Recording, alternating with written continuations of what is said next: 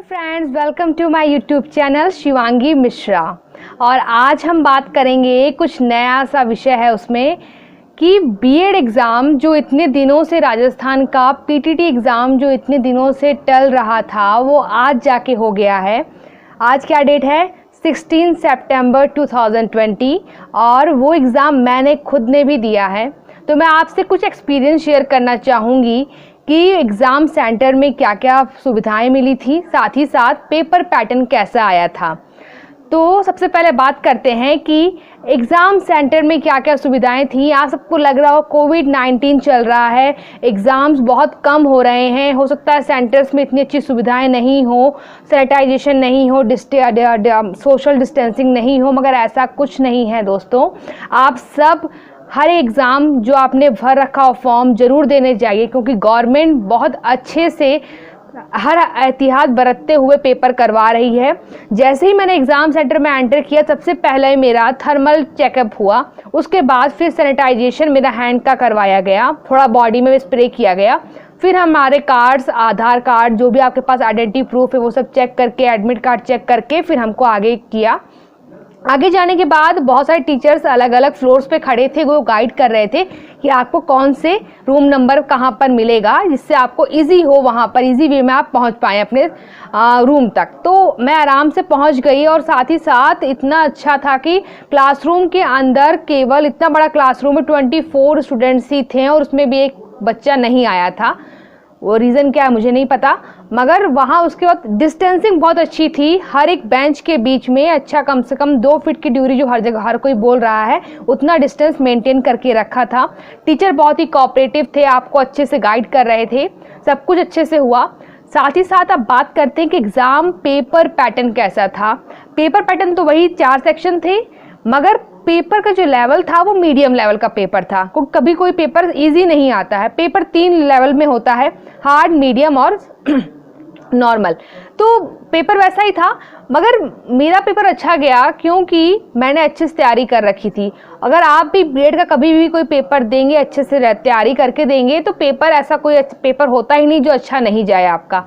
और साथ ही साथ आपको पता होगा कि मैंने रीजनिंग पढ़ा रखी थी बीएड एग्ज़ाम से रिलेटेड, और उससे कम से कम 15 से 20 क्वेश्चन पूछे गए थे, जितना पार्ट मैंने कवर अप किया था। अगर आपने वो सब वीडियोस देखे होंगे तो ज़रूर दोस्तों आपका भी वो पार्ट उतना बहुत अच्छा गया होगा। रीजनिंग बहुत अच्छी आई थी, ना बहुत टफ थी ना बहुत ही ईजी, आप बोल सकते हैं मीडियम लेवल की थी। और बहुत सारे क्वेश्चन कोडिंग डिकोडिंग से पूछे गए थे, जो अल्फ़ाबेट्स के हिसाब से थे, वो बहुत अच्छा था।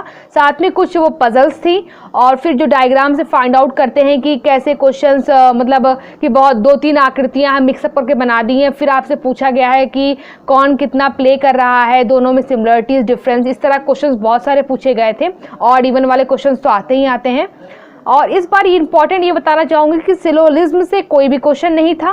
साथ ही साथ जो एक और टॉपिक होता है वेन डायग्राम, उससे कोई भी क्वेश्चन नहीं था। तो ऐसा भी कई बार होता है कि जो हम पढ़ते हैं उससे भी कुछ पॉइंट्स मिस आउट हो जाते हैं।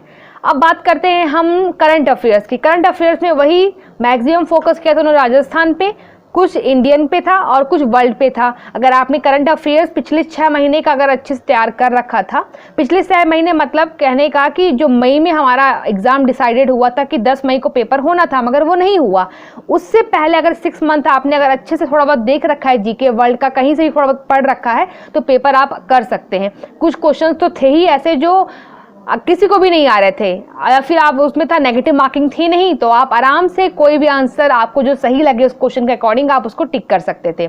अब बात करते हैं हम टीचिंग एप्टीट्यूड। टीचिंग एप्टीट्यूड मेरा बहुत अच्छा गया, क्योंकि क्वेश्चन तो वहीं दे रखा है, आपको उस क्वेश्चन के अनुसार ही आंसर देना है। अगर आप थोड़े से भी, मतलब होता है ना कि थोड़ा सा दिमाग लगा कर क्वेश्चन पढ़ेंगे, तो आपको आंसर अपने आप फेवर में समझ में आ जाएगा कि सबसे अच्छी स्टेटमेंट कौन सी है, जो टीचर और बच्चों के बीच में अच्छा रिलेशन इस्टेब्लिश करती है, तो वो स्टेटमेंट बेस्ट स्टेटमेंट कहलाती है। तो वही स्टेटमेंट आपको छांटनी होती है। तो मेरा अच्छा गया है, हो सकता है होप्स हो बहुत से बच्चों का बहुत वो पोर्शन बहुत अच्छा गया हो। अब बात करते हैं हिंदी की। मैंने हिंदी ले रखा था, अगर आपने इंग्लिश ले रखा है तो आपका इंग्लिश, आपने इंग्लिश अटेम्प्ट किया होगा, मैंने हिंदी ले रखा था, हिंदी बहुत अच्छी आई थी। और हिंदी में कुछ 2-3 क्वेश्चन नए भी थे जो मैंने नहीं पढ़ रखे थे, जैसे वाच्य मैंने नहीं स्टडी किया था तो उससे क्वेश्चन आया हुआ था।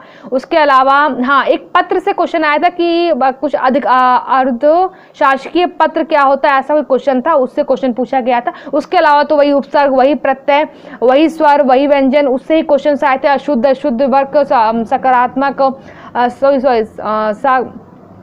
क्या बोलते हैं असक्रामक क्रिया, सक्रामक क्रिया, इनसे ही क्वेश्चन पूछे गए थे। तो मैंने बता दिया पेपर पैटर्न कैसा आया था। तो आपको सुन के बहुत अच्छा लग रहा होगा कि पेपर इतना ही लेवल का आता है। और जिन बच्चों ने अगर ये मिस किया हो, नहीं दिया हो पेपर, तो प्लीज़ दोस्तों, बीएड का राजस्थान पीटीटी का पेपर हर साल ऐसा ही आता है, यही पेपर होता है, यही ऐसा ही पैटर्न होता है। तो अगर आपने नहीं भरा है तो अगले साल ज़रूर भरिएगा।